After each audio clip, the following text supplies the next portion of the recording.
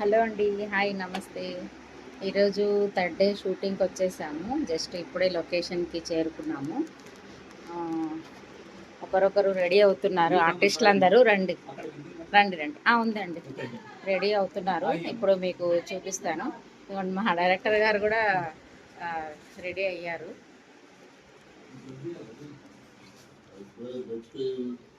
just